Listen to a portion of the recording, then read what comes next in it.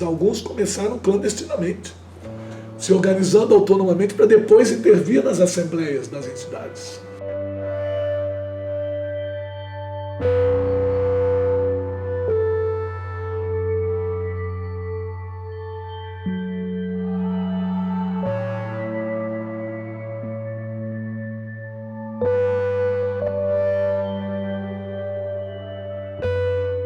A Central Única dos Trabalhadores, a CUT, ela é de 1983. E dentro da CUT, já que veio no sentido de ter um sindicato mais combativo e de organização da classe trabalhadora, já lá foi definido a sua atuação por ramos de atividade. Então, desde a origem de 83, que a CUT tem um ramo da educação. Então, essa motivação de trazer os municipais tem a ver com essa parte original de 83, que é antes da Constituinte de 88, onde reafirma, né, o índice federativo, que tem todo o processo, mas ela vem antes na perspectiva de você ter o ramo da educação.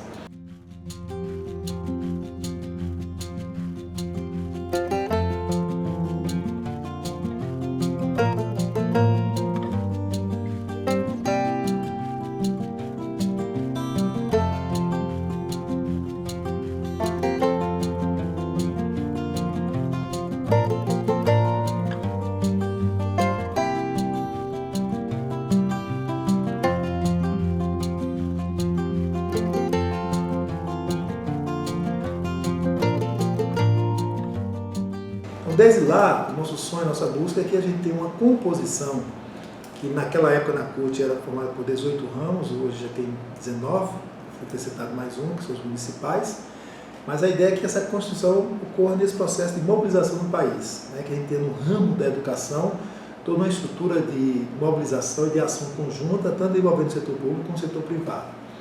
Coisa que não conseguimos ainda depois de quase mais 30 anos aí, e que é difícil de conseguir porque nós temos a CNTE, que representa o setor público, a CONTER, o setor privado. Dentro do setor público nós temos uma outra confederação, que é a CONFETAN, que representa os municipais e quer a educação dentro do grupo. Então, todo um conflito de base que existe nesse processo, mas a intenção de abrir é na perspectiva de ter esse espaço de construção desse ramo da educação para fortalecer nossa ação política de forma conjunta em todo o país.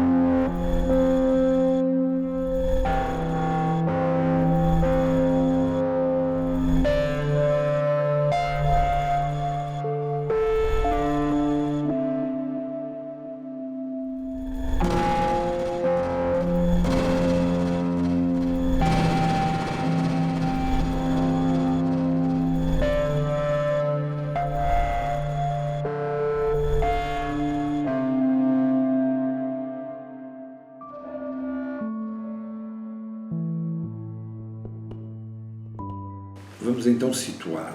A FENPROF, a Federação Nacional dos Professores, é criada em 1983, mas é fruto de um processo que remonta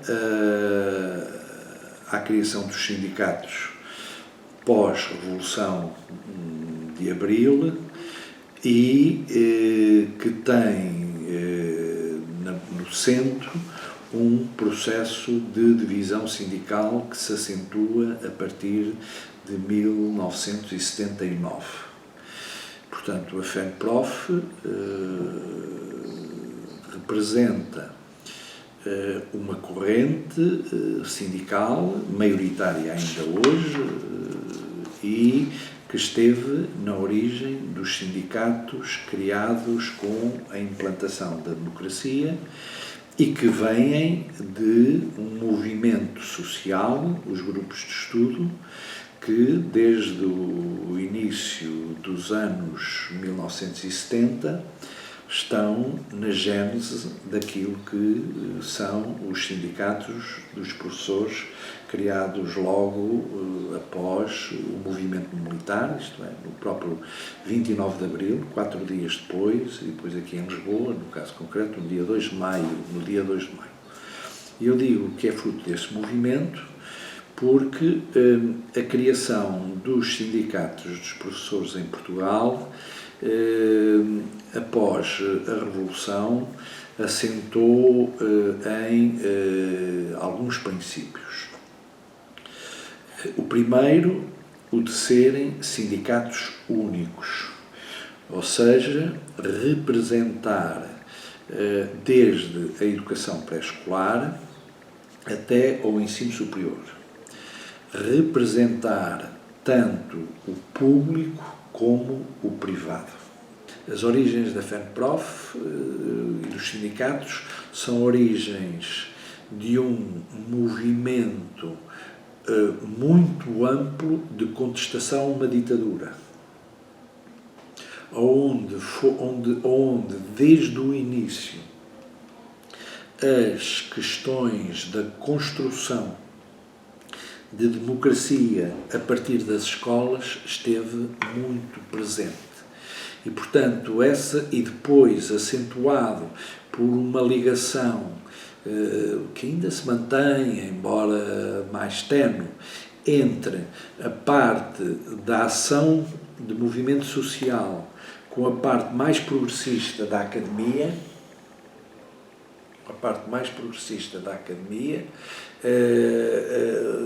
permite como é que eu hei de dizer, sínteses interessantes e buscas permanentemente que resulta de processos de negociação, de entendimento, de crítica, de check and balance destes processos.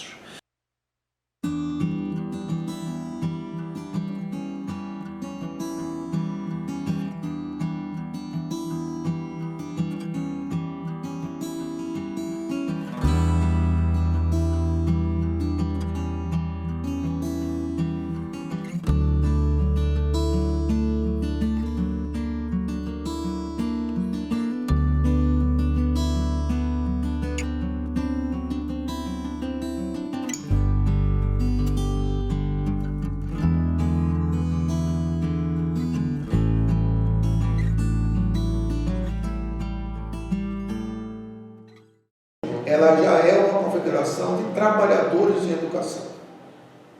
Então ela organiza todos os setores de educação do ensino básico brasileiro, né? Lá da pré-escola até o ensino médio, né? Tem uma outra confederação, que é o ensino público, municipal ou estadual. Ela tem uma outra confederação que organiza os trabalhadores do ensino privado, que é a CONTER. As adequações diz respeito à duração de mandato, acerto da direção, aumento da direção, até para cumprir os papéis que a CNTE passa a assumir com o seu crescimento, motivo do seu próprio crescimento. Um empenho maior na defesa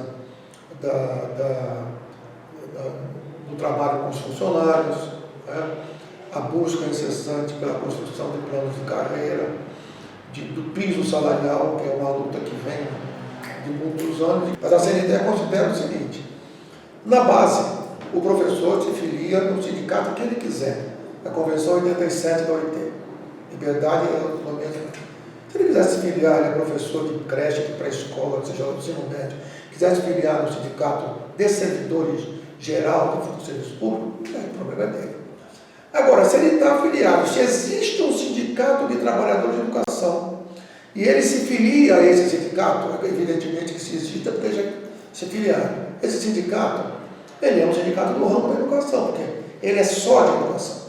Mas isso é uma disputa do ponto de vista de organização. Eu fui presidente da CNTE de 2002 a 2008, num período que mais adiante eu vou colocar como um período de avanços nas lutas da classe trabalhadora, mas especialmente se tratando de uma confederação num país em que as responsabilidades pela educação básica são dos 3 entes federados. Então, a CNTE, como uma confederação nacional, historicamente teve uma dificuldade de ter políticas nacionais em função da educação infantil ser responsabilidade dos municípios, a fundamental compartilhada entre os estados e os municípios e a média dos municípios. E por isso a CNTE precisou sempre pensar em pautas mais gerais, como do financiamento, como da gestão democrática, como da organização do Sistema Nacional de Educação, para poder dar unidade nas pautas, porque os profissionais da educação têm muitas urgências. Então, enquanto um sindicato do Rio Grande do Sul discutia a carreira, o sindicato do Acre discutia a jornada, o sindicato da Bahia debatia a formação. Então, a CNTE também, na sua organização, na sua luta, teve que levar em conta essa realidade para ser representativa do conjunto dos profissionais da educação. E, ao mesmo tempo, a própria evolução da confederação, que iniciou como uma confederação de professoras primárias, como a maioria dos nossos sindicatos estaduais. Eram professores primárias, aos poucos foram integrando professores do ensino médio, até se constituírem como organizações mais amplas e com um significativo contingente também de homens na profissão. Porque como o sindicato de professoras primárias, o nome já diz, né? A maior parte da categoria continua ainda nos anos iniciais do ensino fundamental e da educação infantil, predominantemente de mulheres. Mas ao longo do tempo, né, foi unificando. Então a CNTE, ela é o resultado de contínuas articulações, seja dos professores e professoras, especialmente de ensino primário, até o então ensino médio, que foi de 2º grau, enfim, foi mudando a nomenclatura. Nessa perspectiva, na perspectiva de integração dos estados e municípios, e também na perspectiva de construir um sistema nacional de educação, que o país deu alguns passos, né, a partir das conferências nacionais de educação, mas um processo que agora teve uma ruptura, né, e ainda não se consolidou. Então, essa estratégia de contemplar a diversidade e construir as maiorias a partir de um debate muito franco, plural, diverso, com regras que procuraram democratizar a expressão dessa pluralidade, foi fundamental para consolidar esse processo de unificação. O mesmo ocorreu mais recentemente com o processo de incorporação de sindicatos e representações municipais, onde o sindicato estadual não representa redes municipais, que é um outro fenômeno recente.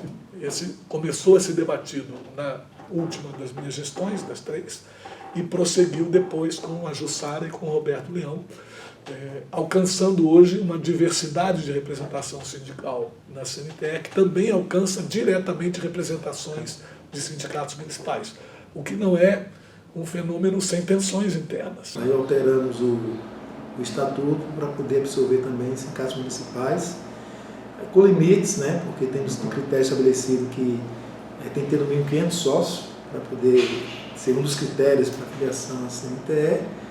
Ponto esse também está sendo discutido e rediscutido, porque com esse crescimento de servidores municipais, e como municípios são poucos servidores, tem muitos sindicatos municipais de professores ou de trabalhadores da educação que tem um número menor de sócios, até porque o município também é pequeno, tem intenção de filiar a CNTE, mas não pode, porque temos critérios estatutários que impedem esse processo. Então, provavelmente, em 2021, vamos ter que alterar de novo esse processo.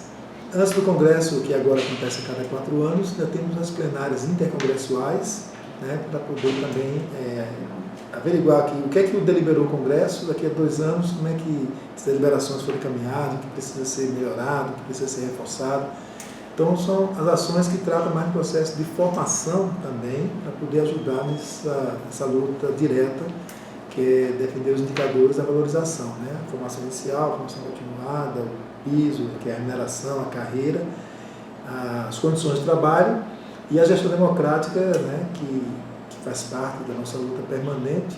E para atender esse conjunto todo, claro, o financiamento, que é outro tema que está pautado em todos os encontros nossos nesse processo. E, ao mesmo tempo, nesse processo, este período também nos aproximou muito do movimento acadêmico, muito facilitado pela dinâmica do Fórum em Defesa da Escola Pública, a ponto da gente participar das AMPEDs, por exemplo, em condições de igualdade, num debate que era um debate quase impermeável ao Sindicato da Educação Básica, embora já fosse permeado pela representação da educação superior.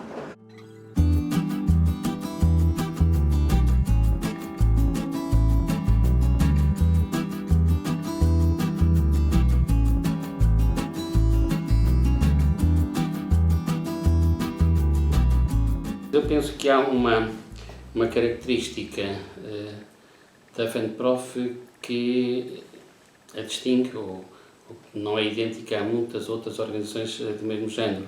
É que a FENPROF integra todos os diferentes setores, níveis de ensino, isto é uma federação em que estão sindicatos que representam desde o pré-escolar ao ensino superior. Por vezes isto não acontece em outros países, ou seja, é uma federação que é transversal, isto é, que vai desde o pré-escolar ao ensino superior. E, por outro lado, também, contrariamente ao que acontece em outras federações sindicais de professores, abrange quer o ensino público, quer o ensino particular, quer o ensino profissional. Isto, no fundo, tem esta dimensão extremamente global, o que evidentemente tem vantagens em termos até de coordenação de atividades e de princípios e de orientações e de valores, e apresenta muitas vezes dificuldades de conciliar interesses que nem sempre são de imediato convergentes. A FENPROF é uma federação de 7 sindicatos regionais. O sindicato maior é o Sindicato de Professores da Grande Lisboa, que tem a sede justamente aqui também neste edifício, não é? A maior parte do edifício é do Sindicato de Professores da Grande Lisboa. O segundo maior sindicato é o meu sindicato, que é o Sindicato de Professores do Norte, que tem sede no Porto, e depois é o Sindicato de Professores da Região Centro, com sede em Coimbra, o Sindicato de Professores da Zona Sul, que tem sede em Évora, o Sindicato de Professores da Madeira, o Sindicato de Professores dos Açores, portanto, das regiões autónomas, e há um 7º sindicato, que é o Sindicato de Professores no estrangeiro, portanto, que são professores portugueses que estão a trabalhar em vários países do mundo. E estes 7 sindicatos constituem a FENPROF. A FENPROF é o acrónimo de Federação Nacional dos Professores, portanto, nós representamos apenas professores, educadores, investigadores, não representamos outros profissionais da educação. A outra federação, por exemplo, que existe em Portugal, que é a segunda maior organização sindical de professores, chama-se Federação Nacional da Educação e também representa outros trabalhadores da educação, funcionários das escolas. Nós não, nós representamos só professores, educadores, investigadores. A FENPROF tem, estava a perguntar como é que está organizada, tem o órgão principal de decisão é o Congresso, que se realiza de 3 em 3 anos. Deste momento continua a ter esta regularidade trienal. É o Congresso que elege depois os órgãos de direção da FENPROF, que são o Conselho Nacional, que é um órgão maior, e o Secretariado Nacional, que é um órgão também de direção, mas com um cariz mais executivo. E são estes dois, e o Conselho Fiscal e de Jurisdição, claro, é o terceiro órgão da FENPROF. Nestes vários órgãos estão representados, todos os sindicatos, portanto há sempre uma preocupação de que haja também uma diversidade, quer a diversidade geográfica, mas também uma diversidade de setores de educação e ensino, não é? Porque representando todos os educadores e professores, desde a educação pré-escolar até ao ensino superior, a CNTE também representa todos os setores. É importante também que todos se sintam representados nos órgãos de direção e, portanto, há essa preocupação também de haver aqui alguma diversidade, representatividade de género, mas também de setores de educação e ensino e para além das questões mais do ponto de vista geográfico, da diversidade geográfica.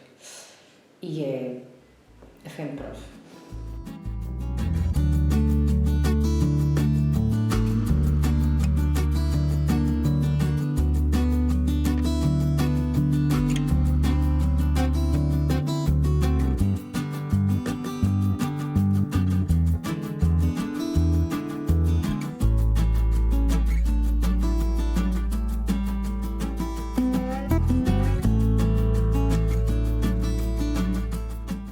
Então, são adequações que, mas sem alterar o perfil de uma entidade sindical que tem a exata noção de que organiza trabalhadores de educação e que sabe que lida com uma questão fundamental para o povo brasileiro, que é a educação pública. Não é? A defesa da escola pública é uma luta, nós somos defensores, a gente diz, intransigentes da escola pública, não é? Participamos de todas as atividades. É bom que fique claro também o seguinte, sempre trabalhando numa lógica de um país democrático, de um país onde todo mundo pudesse ser ouvido. A CPB tem uma participação muito grande, por exemplo. A CPB é que vem anterior da CNTE, a CNTE deriva por questão da luta pelas diretas, lutamos muito contra a ditadura, atuamos muito em passeatas, atos públicos, sempre buscando incentivar as entidades filiadas à CNTE para que tenham uma participação na vida do povo, né, na defesa da escola pública. Então, ela atua nessa área. Defesa é uma entidade sindical, não abrimos mão, sabemos que somos, né? Não somos uma entidade de caráter científico, mas também temos a certeza que não organizamos qualquer tipo de profissional. Organizamos um profissional que tem muitas particularidades na formação do povo brasileiro por serem trabalhadores de educação. Eu penso que a grande capacidade de intervenção dos sindicatos da FENPROF centra-se à volta do princípio de defesa clara e do primado da escola pública. Penso que isto é importante para percebermos a grande parte da nossa política educativa. Isto é, nós podemos dizer que entre 75 e 76, a seguir à Revolução, e os anos a seguir foram os anos da construção da escola. Nós estávamos com um atraso enorme, quer dizer, uma taxa de analfabetismo absolutamente incrível. Toda a primeira grande tarefa da FENPROF foi dizer, não, nós temos que arranjar soluções para que todos os portugueses em idade escolar frequentem a escola. E esta foi uma primeira batalha que não foi nada fácil, mas que nós ganhamos.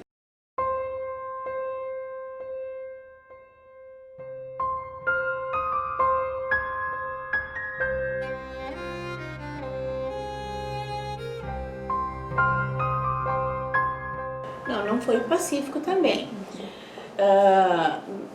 Eu até tenho um livro que chama Piso Salarial, 2 séculos de atraso, porque a discussão de uma banda salarial, que não era um piso, ela começou em 1827, né, com a primeira lei da educação, acabou não viabilizando porque era uma lei pensada para um sistema centralizado num sistema descentralizado, então não vingou. 200 anos depois, nós recolocamos o debate e tivemos uma disputa interna de posições muito forte. Por quê? Porque nesse ínterim, havíamos organizado, né, elaborado, enfim, um texto que foi a base para o acordo de 94, que não se materializou em 1995, e que já havia frustrado uma parte da categoria das lideranças sindicais. Negociar com o governo não dá certo porque já não deu, né, com o governo Itamar Franco.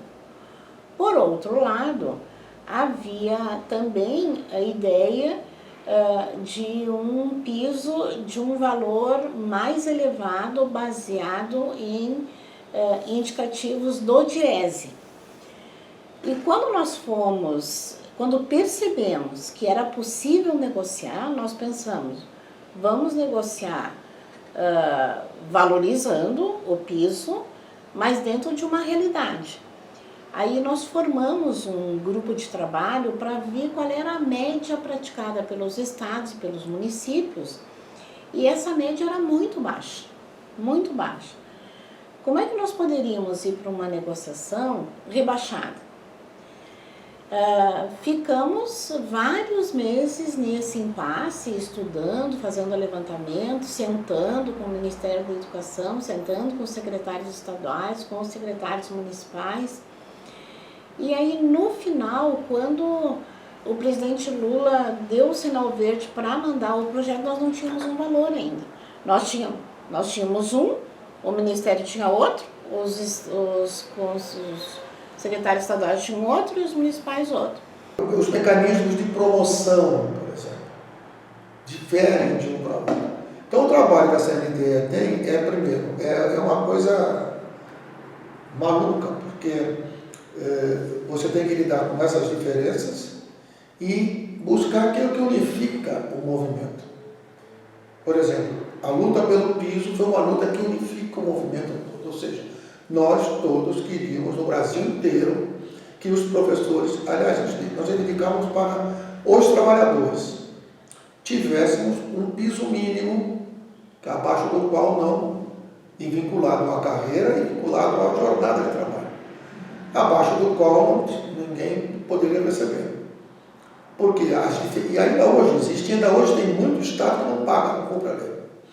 Porque as diferenças salariais eram gritantes, ainda são gritantes. Do piso, que a gente não consegue ainda, né, consolidar. E aí está construindo. Por exemplo, construímos em 2015, uma plenária sindical, onde conseguimos construir um projeto de lei do piso para o conjunto dos trabalhadores da educação, que é a demanda do PNE, da sua meta 18, e conseguimos construir um projeto de lei de diretrizes de carreira.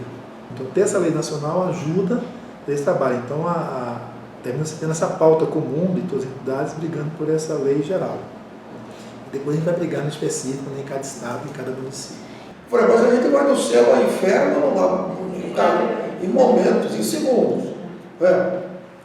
Porque aí começou a luta.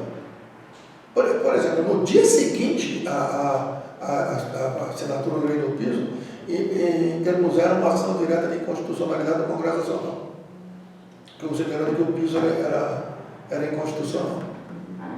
Foi uma batalha, foi uma guerra, e nós conseguimos ganhar essa guerra, considerando que o piso era constitucional. E a partir do momento que o piso é aprovado, isso passa a ser uma pauta de reivindicação do país inteiro.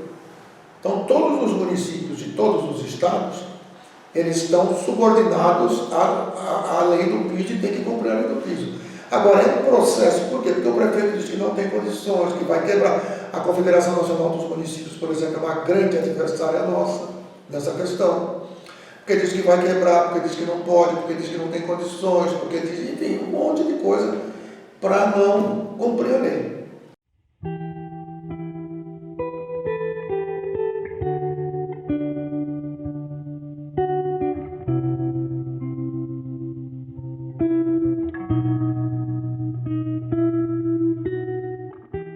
O sindicato da FENPROF, no período 90, 2000, um bocado antes de 2000, foi fundamentalmente orientada com dois grandes objetivos: garantir a qualidade da escola pública e garantir a qualidade, não pode ser, e garantir a qualidade da carreira docente, que era condição essencial para atrair os melhores para a escola pública. E estas foram as duas grandes orientações. Quer dizer, temos que valorizar a profissão docente, o que implica desenvolver tudo o que diga respeito à formação de professores, que não começa em 90, vai antes, mas que se vai continuar. Garantir que há formação inicial e contínua que permita aos professores recuperar muitas vezes atrasos que ainda se mantêm, portanto, em relação a professores cuja preparação não era a mais adequada. Isto é, entendemos que esta valorização dos professores na sua formação e na sua carreira era um pilar para sustentar também a qualidade da escola pública. Mas dizia eu que essa campanha que foi desenvolvida, porque a Ministra tinha a noção clara de que essas medidas eram medidas que representavam uma ruptura com o que tinha sido um processo depois do 25 de Abril, houve aqui, no plano da educação e também da profissão, muitos ganhos, quer dizer, há aqui um movimento de progresso, um caminho de progresso, não é? E a existência de um estatuto da carreira docente vem um pouco nessa perspectiva de ganhos, coisas que as pessoas conseguiram. Por exemplo, a Lei de Base do Sistema Educativo foi um processo muito participado, também pelos professores, e foi muito importante em 1986 que a Lei de Base tivesse sido aprovada, portanto, muito importante também para a própria democratização da educação, não é? Temos que pensar que em Portugal, o processo de democratização da educação só começou em 1974, não é? Portanto, nessa altura ainda havia taxas de analfabetismo muito grandes. Portanto, se olharmos para trás, nestes 46 anos, progrediu-se muito. E ao nível da profissão docente também. Por exemplo, neste momento em Portugal, todos os professores da educação pré-escolar, os educadores de infância, até ao ensino secundário, ao ensino superior é diferente, mas todos têm que ter uma habilitação superior ao nível do mestrado, quando, na altura do 25 de Abril, os professores do ensino primário, na altura chamavam-se o ensino primário, agora são professores do primeiro ciclo no ensino básico, os professores do ensino primário tinham uma carreira muitíssimo desvalorizada. A carreira deles acabava praticamente onde começava a carreira dos professores do liceu, não é? Portanto, tinham uma carreira muito mal remunerada e, a nível das habilitações, os educadores de infância e os professores do primeiro ciclo, do ensino primário, não tinham que ser licenciados, tinham um bacharelato, uma outra formação. Portanto, tudo isto que depois se foi conquistando, se foi conseguindo, por exemplo, ainda há muitos países na Europa, onde ainda há esta diferença ao nível das habilitações. Os professores do primeiro ciclo não têm que ter tantas habilitações como o professor do ensino secundário. Nós aqui foi muito por força da luta sindical que conseguimos isso, e nós consideramos que isso é muito importante do ponto de vista da construção da identidade da profissão e também da própria qualidade do ensino, porque sem professores qualificados não há educação de qualidade.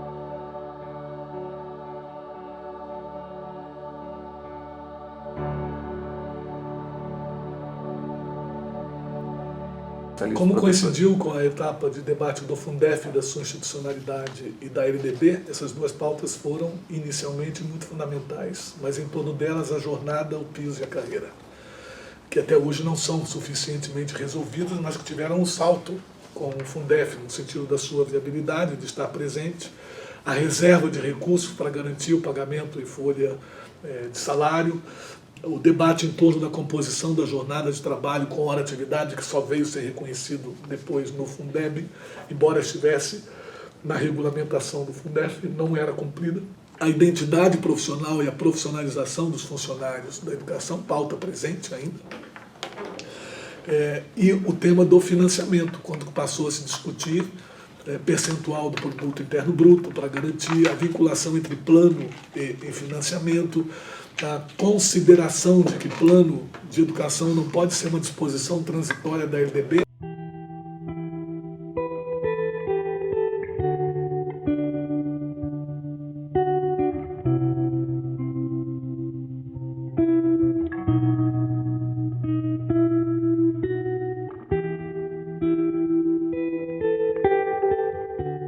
Eu acho que uma grande mudança foi o Fundeb. O Fundeb foi pela primeira vez no país, se passou a ter uma política de financiamento da educação básica, que ainda a gente dizia, ainda é pouco, o governo federal precisa investir mais, etc. Mas se passou a pensar em educação de uma forma sistêmica da creche até o ensino básico. E aí, para a universidade que já tinha sua forma de financiamento. Mas foi para mim talvez a grande lei no processo de educação, grande lei de educação nesse período, eu acho que foi a criação do Fundeb. Porque ela estabelece critérios de financiamento.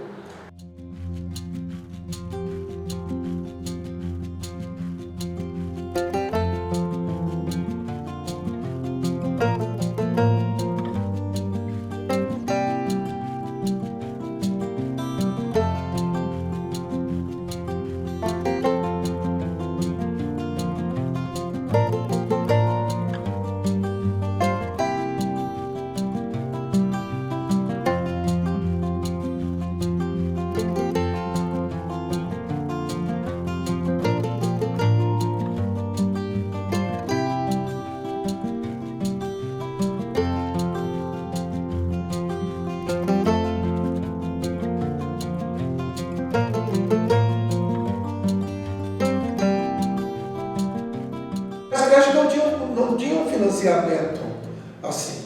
Nós consideramos que era tarefa do Estado brasileiro oferecer educação da creche até o ensino médio e daí para frente. E, portanto, nós consideramos que era importante que, numa lei que tratasse de financiamento da educação, numa lógica de sistema, que a creche tivesse.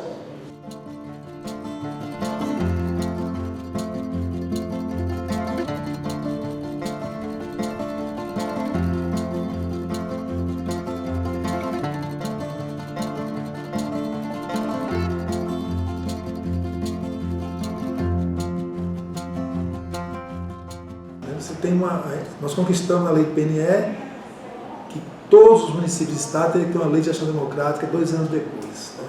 Nós não conseguimos ainda.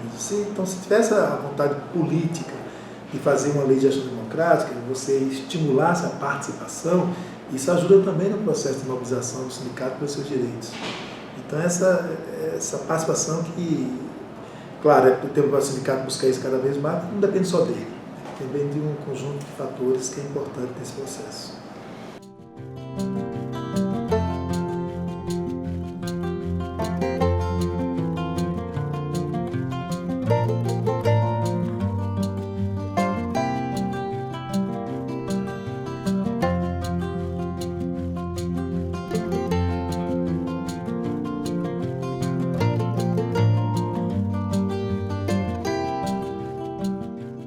Dois momentos que eu acho que são muito importantes dentro da FENPROF. Se calhar já o abordaram, que foi a importância da Lei de Bases do Sistema Educativo em 83. Já falaram disso, e aí a intervenção da FENPROF foi fundamental. E a reforma do sistema educativo que se seguiu, e a movimentação dos professores. Sim, foi fundamental e mostrou esta capacidade de ligação aos professores, mas também de grande defesa da qualidade da escola. Eu agora gostava de já... Sempre vou dar mais uma coisa. Um outro momento que eu acho que em que nós fomos pioneiros e que hoje se considera que um grande salto foi a extensão da escolaridade obrigatória para 12 anos da escolaridade. Fomos nós os primeiros a pôr isso no terreno e hoje já não estava adquirido. E acho que foi importante, porque, quer dizer, quando hoje falamos da necessidade da sociedade do conhecimento e do acesso à universidade, etc., isso foi um salto difícil, porque na altura nem sequer sabíamos se havia condições para o fazer, mas foi um salto, de facto, no futuro, quer dizer, e estamos satisfeitos com esta nossa capacidade de intervir. Dos percursos, como é que se faz em termos de classe estes percursos? A sociologia da educação nasceu, aliás, na análise destes processos. Mas, portanto, a lei de bases, a nossa lei de bases, teve uma influência decisiva dos sindicatos por razões que estão na origem que estão no cerne da influência dos sindicatos, nomeadamente na primeira metade dos anos 80. Qual era, que é um período, como é que eu vou... Foi um período de grande conflitualidade e discussão sobre o lugar de Portugal no mundo. Ou seja, nós tivemos a Revolução significou a descolonização, significou a emergência do movimento popular, com a criação de relações de trabalho e de poder entre capital e trabalho muito diferentes,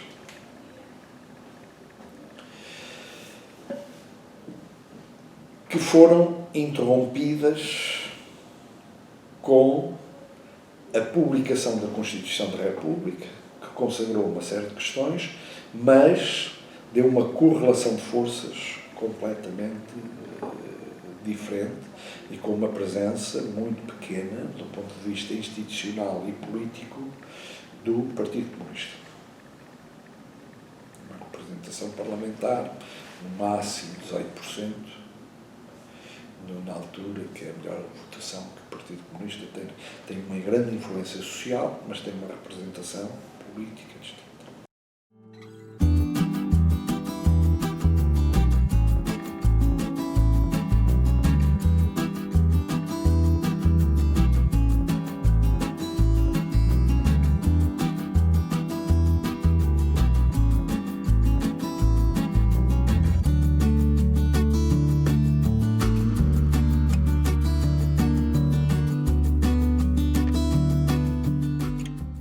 Entretanto, desenvolvemos também este princípio que se revelou útil da escolaridade comum, não sei como é que se chama, dos 9 anos de escolaridade básica para todos.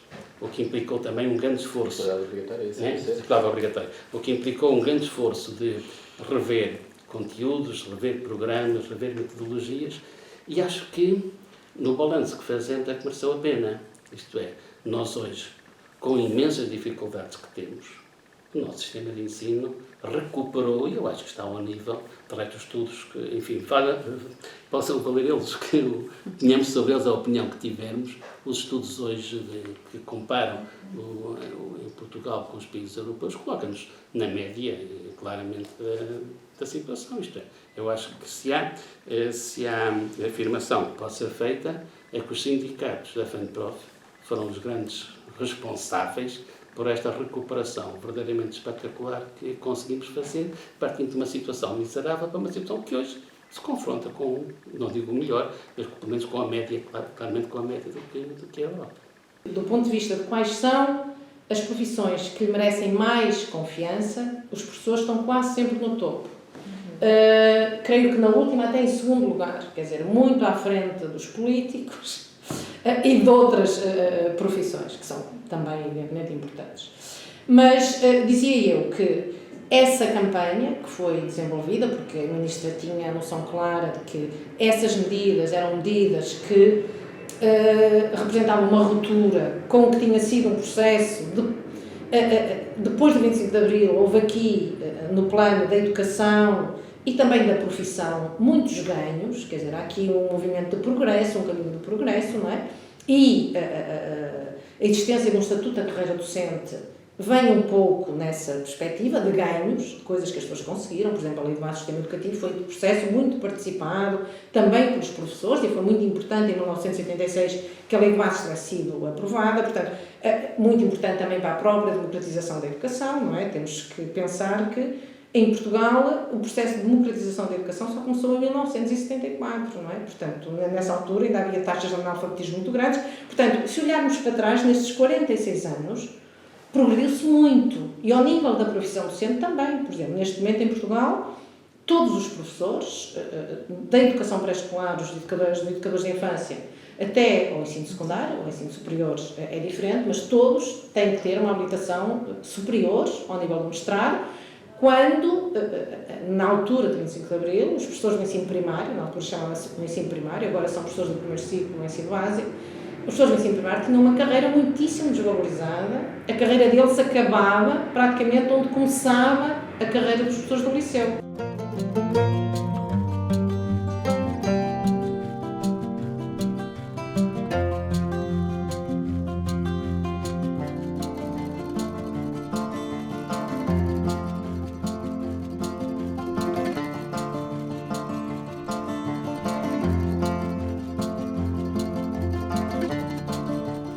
O primeiro sinal importante ali foi reconhecer a CNTE como interlocutora e os sindicatos de base da CNTE como os interlocutores estaduais, porque a lei Fundef incorporou no termo da lei a menção à CNTE.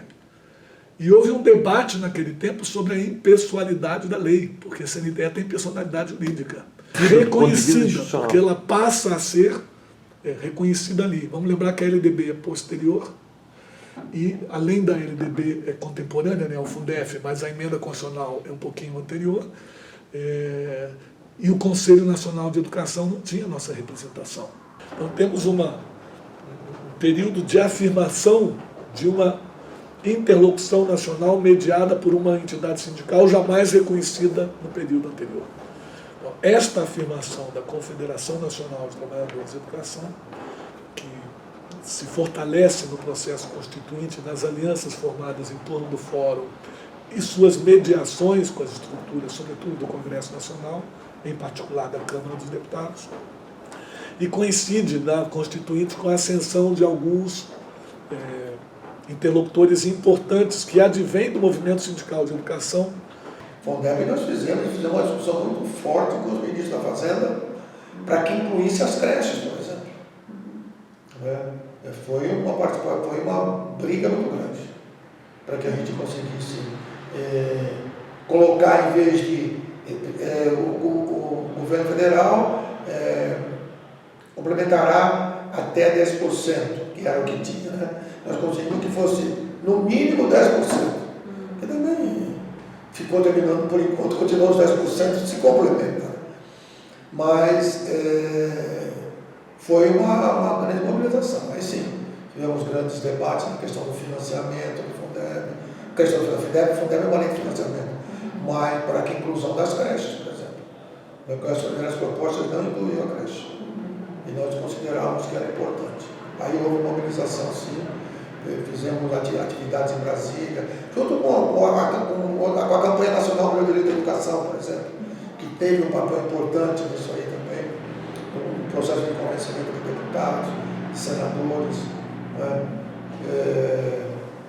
Foi um trabalho bastante interessante, bastante bom. Como de resto, nós sempre fizemos muita mobilização. Nós fazemos um diagnóstico pelo sindicato, para poder fazer enfrentamento, o governo muitas vezes faz o dele, mas não da publicidade é isso, né? Você vai para a mesa de negociação, cara, não vou fazer concurso porque a taxa de natalidade está diminuindo, estou perdendo matrículas e tudo mais. Certo, mas qual contingente nós temos de pessoas que não concluíram, né, a educação básica, que é um direito de concluir? Né? Como é que nós vamos atender essa demanda? É com contratos, com efetivos que estão colocados? Qual a formação que precisa dessas pessoas? Então, continuar um debate, uma discussão para que tenha a transparência, a sinceridade, a honestidade de um governante, dizer assim, eu quero fazer a coisa como deve ser feita, né?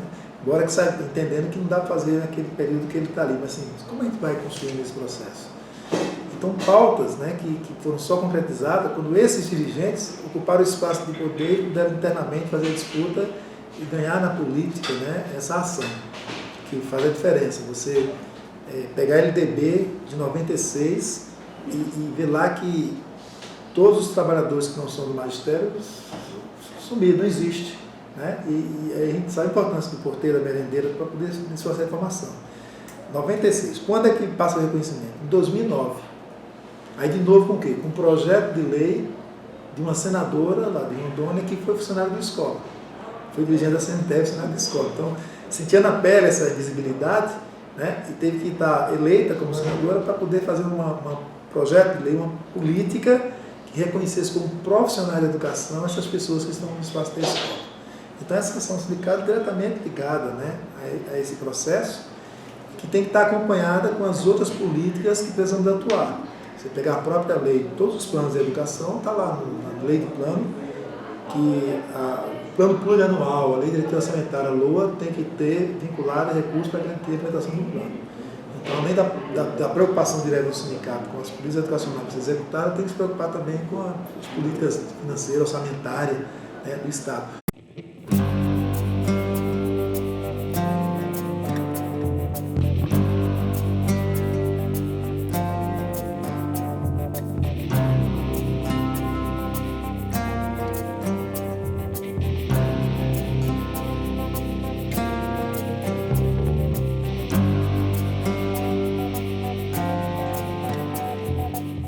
Eu acho que a FENPROF tem conseguido conciliar muito bem, isto tem sido positivo, que é uma boa capacidade de intervenção na política educativa, na definição dos programas, dos currículos, das regras de trabalho, etc. Tem conseguido conciliar uma grande capacidade de negociação com uma grande capacidade reivindicativa. Isto é, penso que se há aspecto que caracteriza a FENPROF é ter estado sempre sempre a negociar e sempre procurando, sempre fazer propostas. Mesmo que essas propostas depois não sejam aceites integralmente, ou às vezes não sejam mesmo aceites, quer dizer, o nosso princípio é que nós devemos propor, nós devemos arriscar a fazer propostas, não é? E isso foi importante na definição, sobretudo nos primeiros anos, foi muito importante na definição das políticas educativas. Quando fui líder ativo, era tão ou mais conhecido qualquer ministro da Educação. Era impensável, na época, uma lei da Assembleia da República, do Parlamento ou do Governo que venha a ser tomada que não tivesse o contraponto de qual era a nossa opinião, o que obrigava os sindicatos à construção de uma opinião coletiva sobre formação de professores, sobre gestão das escolas, sobre modelos pedagógicos da organização, etc. E isso obriga a uma situação obriga à construção de agendas de baixo para cima e não de cima para baixo.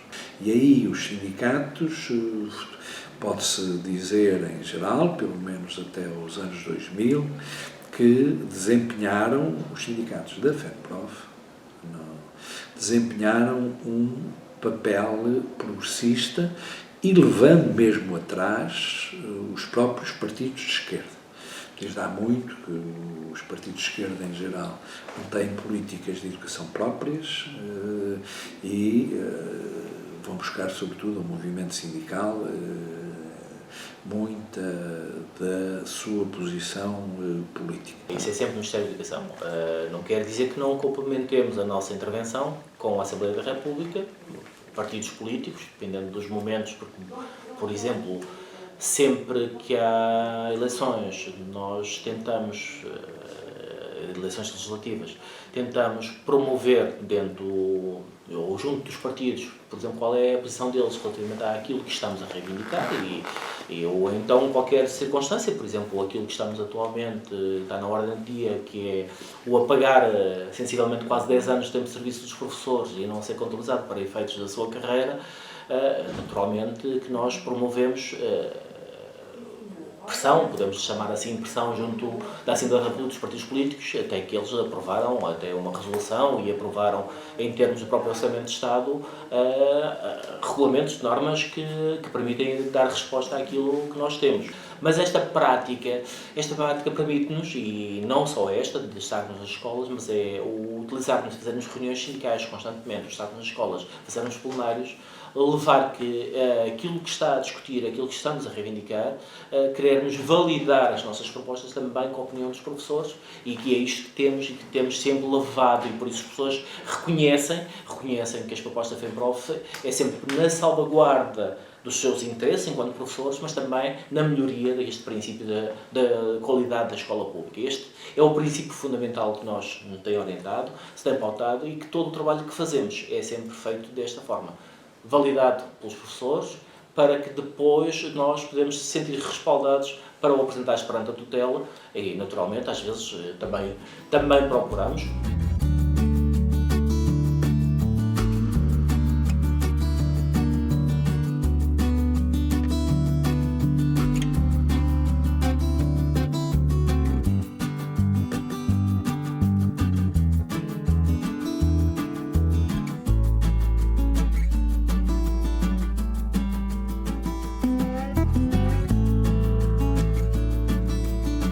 Portanto, há um conjunto de medidas que foram tomadas, que resultaram sempre da luta dos professores, os sindicatos, a FNPROF em particular, é uma organização muito combativa e, portanto, esteve sempre na primeira linha dos combates, não apenas pela valorização e dignificação da carreira, mas também pela melhoria da educação e, sobretudo, da educação pública, sabendo que é a escola pública que garante o direito à educação a todas as crianças e jovens do país, não é o ensino privado, não é? E, portanto, nesse momento havia claramente, creio eu, a consciência por parte do Ministério da Educação que essas medidas iriam ser fortemente contestadas pelos professores. Não apenas a mexida no Estatuto da Carreira Docente, mas a mexida na direção das escolas, essas áreas. E então, o que o Governo faz é desenvolver essa campanha de ataque aos professores para conseguir apoio na opinião pública para a implementação dessas medidas, a imposição dessas medidas aos professores. E eu dizia, num primeiro momento isso resultou, e por isso a Ministra a determinada altura dizia perdi os professores, mas ganhei a opinião pública, mas a reação dos professores foi de tal forma forte e veemente que a partir de determinada altura, eram tantos os professores que se manifestavam contra aquilo, que mesmo as pessoas podem ter má ideia de alguns professores e acham que, pronto, como em todas as profissões, há pessoas que achavam estranho que fossem, que todos os professores estivessem indignados com essas medidas, sendo que, eu diria que para mim é óbvio que os primeiros professores que se levantaram contra essas medidas foram aqueles professores, os professores que estão mais empenhados na escola, que sentiram isso como uma maior injustiça, não é? Esse ataque.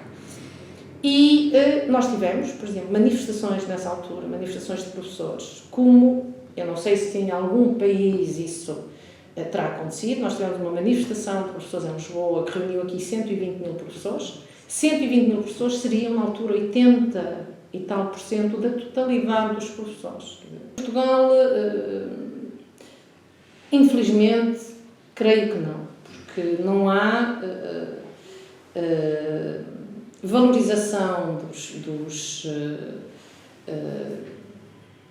do contributo que os professores e suas organizações representativas podem dar ao progresso da educação. Aliás, isso é um pouco, já estava na recomendação naquela recomendação da Unesco e da OIT de 1966, relativa à condição dos professores. Uma das coisas que se diz lá é isso mesmo, quer dizer, que os governos devem valorizar esse contributo dos professores e das suas organizações na formulação das políticas educativas, não é?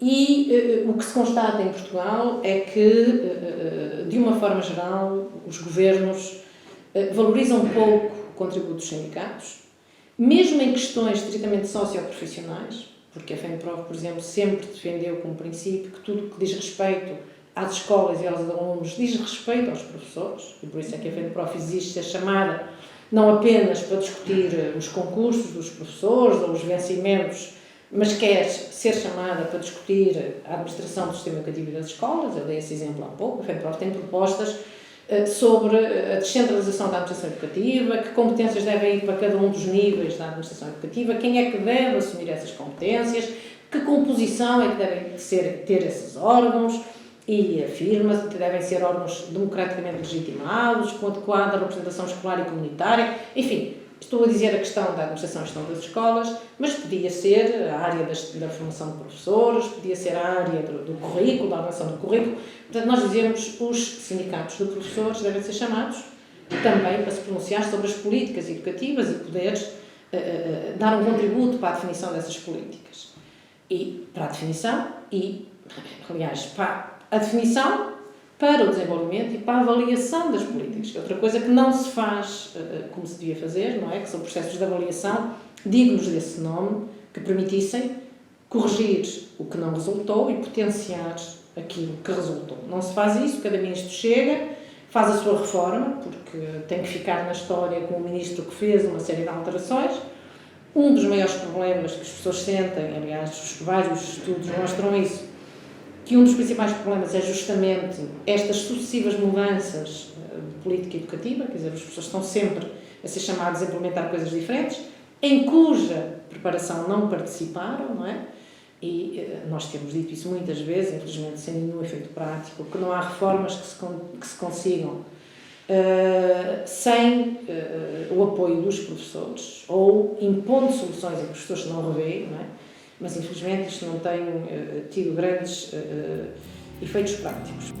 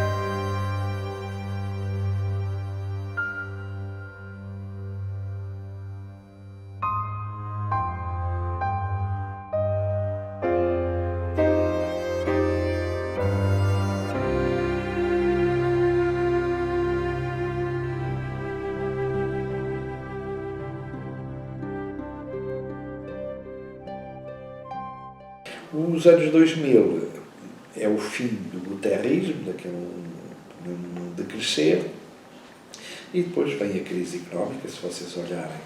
Eu não sei se vocês conhecem alguns dos meus trabalhos, mas eu costumo dizer que a diferença entre a retórica das afirmações e as políticas reais vêem-se nas despesas com a educação, na evolução das despesas com a educação, no gráficozinho das despesas. Eu fiz isso, no caso de Portugal, desde a primeira vez que há um orçamento de Estado, que é 1850. Portanto, eu fiz isso até... E está publicado? Tá, até 1999. Se eu tiver aí, eu dou-vos um exemplar. Até 1999 e depois continuar. E depois o que é que nós vamos ver é que os anos 2000 são anos de estagnação económica, de baixíssimo crescimento, anos mesmo, alguns nesta linguagem da economia de crescimento, ou seja, e agora estamos a tentar estabilizar. O euro, a adesão ao euro foi particularmente penalizadora, não apenas particular para o sul, não apenas para Portugal, mas para o sul da Europa. Portanto, o euro é um marco alemão, é uma moeda demasiado forte para a nossa economia e, sobretudo, para a questão dos bens transacionáveis, para a exportação. E agora há todo este processo de reestruturação dentro desta lógica que ou vinga ou não vinga.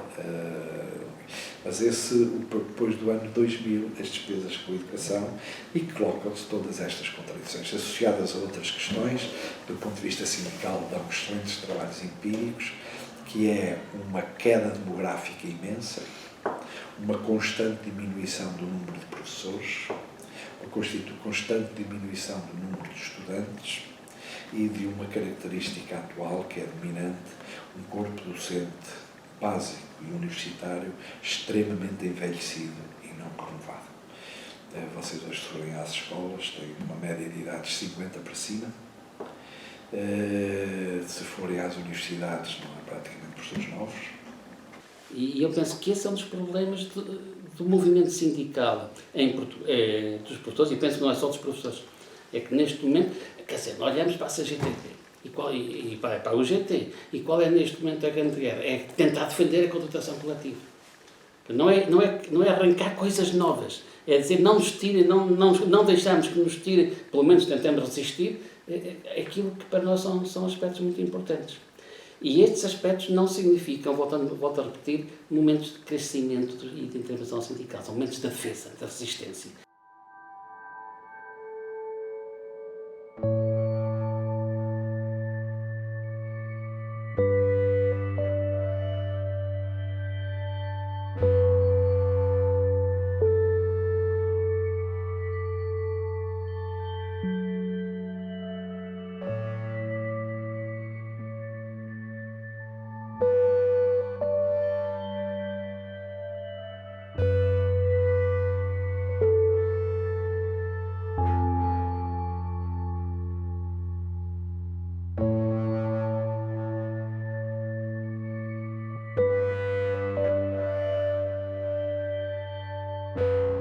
Tudo aquilo que você estava construindo de projeto de educação, com todas as contradições que tinha, porque não é tudo que está no PNE que nós concordamos.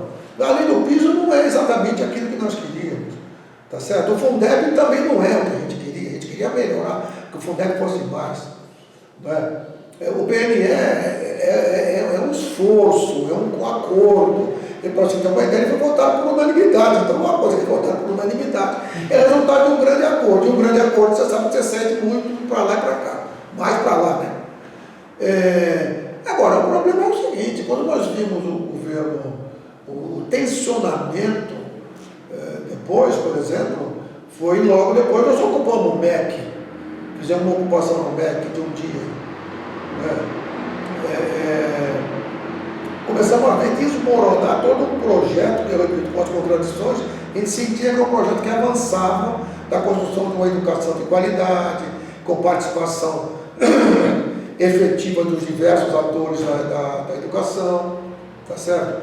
Com o objetivo de construção de um país com muito mais autonomia, e a partir dali, daquilo que foi anunciado pelo governo Temer como seu projeto, com a sua ponte para o futuro, nós sabíamos que a coisa estava, como diria o saudoso João Saldanha, a vaca estava indo para o brejo, tá certo?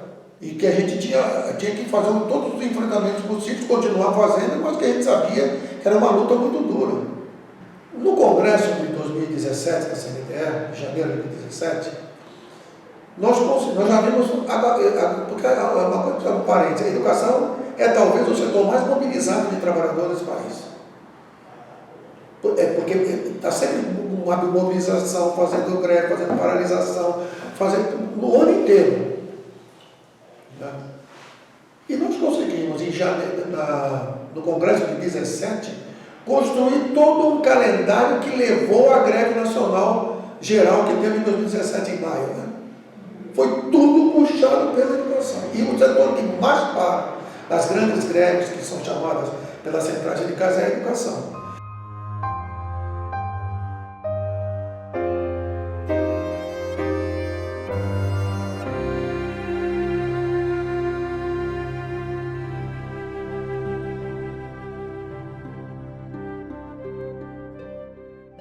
Bom, em primeiro lugar, para as políticas educacionais, nós temos hoje um reconhecimento público muito superior ao que tínhamos no passado. E esse é um patrimônio, um capital, para usar uma linguagem de disputa do mercado.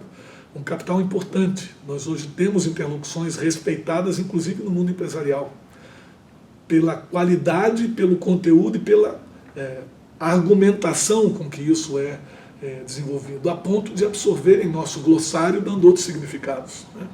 Isso é importante a gente entender. Então, custo-aluno, qualidade, forjado no movimento acadêmico e sindical, passa a ser política pública. Agora, ele precisa ter uma consequência material concreta para se transformar em política pública. Nós passamos, no período de enfrentamento à ditadura militar, na Constituição de 88, em querer formar o sindicato, essa prática era forte, né? Assim, a gente tinha presença, envolvimento. Com o passar do tempo, foi melhorando as condições de estrutura do sindicato e tudo mais, então começamos a dar melhores condições de participação das atividades. Infelizmente, hoje, sim, a maior participação se dá quando o sindicato garante toda a estrutura, todas as condições. Se não garante, não tem participação. Então, acho que com a crise que estamos vendo, com o golpe, com o enfrentamento que estamos fazendo agora, pode ser que a gente tenha um resgate, essa militância, essa disposição de, olha, temos que, não tem recursos, né, nessa coisa, temos que voltar na base, procurar alternativa, participar, envolver, tudo mais. Está difícil ainda, está longe. O que a gente escuta aqui que a gente tem é que, olha, lá no Estado temos que fazer greve, mas a direção vai chamar greve, mas a base não vai, não participa, porque não está participando, está vindo para o ato. Né? Você tem nós conquistamos na lei PNE que todos os municípios de Estado teriam que ter uma lei de gestão democrática 2 anos depois. Né? Nós não conseguimos ainda. Então, se tivesse a vontade política de fazer uma lei de gestão democrática, você estimulasse a participação, isso ajuda também no processo de mobilização do sindicato pelos seus direitos. Então, essa participação que, claro, tem o sindicato buscar isso cada vez mais, não depende só dele. Depende de um conjunto de fatores que é importante nesse processo.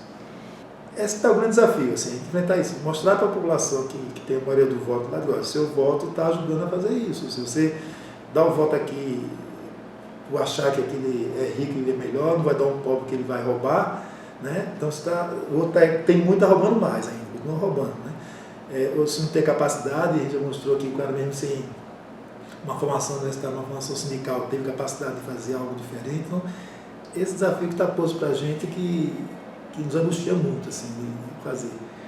E aí eu acho que tenta fazer isso e aí vai para a mesma coisa, assim, ainda no começo, assim. Bota o carro de som na comunidade, faz uma panfletagem.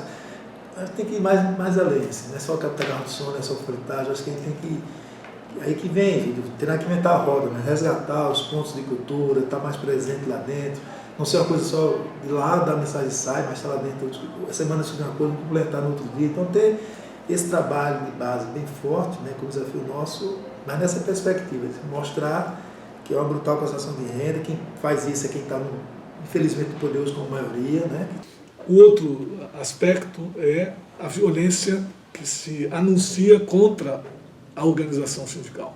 Ela se insinuou já no início deste governo com uma medida provisória, que teve reação no setor federal mais do que nos estados e municípios, um pronunciamento do Supremo Tribunal Federal importante, mas que não põe fim à disputa que virá.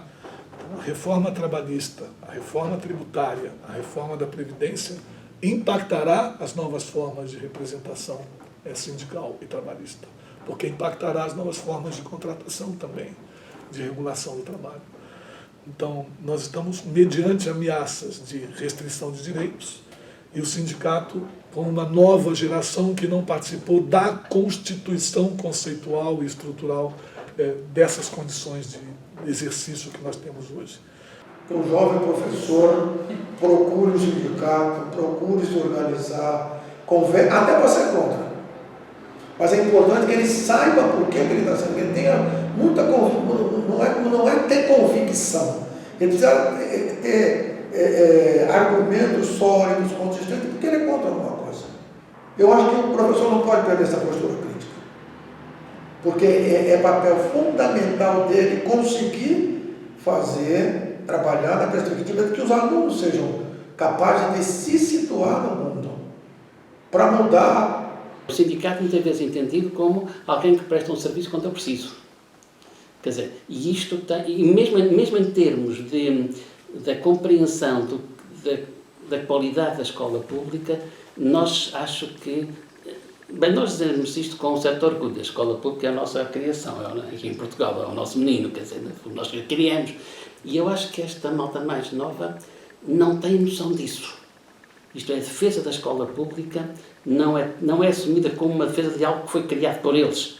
E isto faz com que nós tenhamos, neste momento, dificuldade em trabalhar sindicalmente nas escolas. Quer dizer, continuamos, mas aquela ideia de que nós chegávamos à escola e os professores estavam interessadíssimos em discutir a política sindical, neste momento estão mais interessados a saber quando é que eu mudo de escalão e se posso ou não faltar não sei o quê, ou se posso fazer não sei o quê. E dá um salto, é coisa que não tem sido nada fácil. Eu diria uma resposta muito genérica, é que a grande tarefa é fazer renascer o sentimento de classe profissional. De classe profissional que tem um papel fundamental, que tem que ver reconhecido esse papel, e eu acho que esta é a tarefa do futuro. Porque só assim é possível construir uma escola que seja uma escola democrática. E democrática significa aqui que seja capaz de contribuir para o sucesso de todos e para a melhoria do país. E esta ideia de classe profissional, esta ideia de sentimento de classe, está demasiado diluído e não é fácil, mas é a grande aposta do futuro. Daqui a uns anos gostaria muito que as pessoas se orgulhassem de ser professores e entender que nós somos professores, nós somos capazes de ganhar, nós somos capazes, nós vamos fazer. Acho que neste momento há demasiado a atitude individualista que faz com que esta noção de classe, que é essencial ao nosso trabalho sindical, esteja um pouco dificultada. Então há esse segundo universo, que é deste novo trabalhador em educação profissional, que precisa estar presente com preocupação do sindicato, no sentido de compreendê-lo e, ao mesmo tempo, de influir sobre sua identidade coletiva, com as ferramentas que são compreendidas. Quando lutam, têm mais força do que aquilo que pensam que têm. Porque, de uma forma geral, as pessoas dizem, nós não vamos conseguir, porque... Mas a história tem-nos mostrado, e por vezes em determinados momentos em que as condições para a mobilização é mais difícil, nós lembramos isso. Quer dizer, nós, em todos os países, provavelmente isso é assim, não é? Veja-se agora em França, não é? Em França, o governo acabou de retirar a proposta para aumento da idade da reforma, ao fim de muitos dias de luta, e de facto isto contraria aquela ideia de que não vale a pena, estamos destinados ao fracasso, porque isto já está decidido. Não, o que a história nos mostra é que quem luta pode perder, mas quem não luta perde sempre.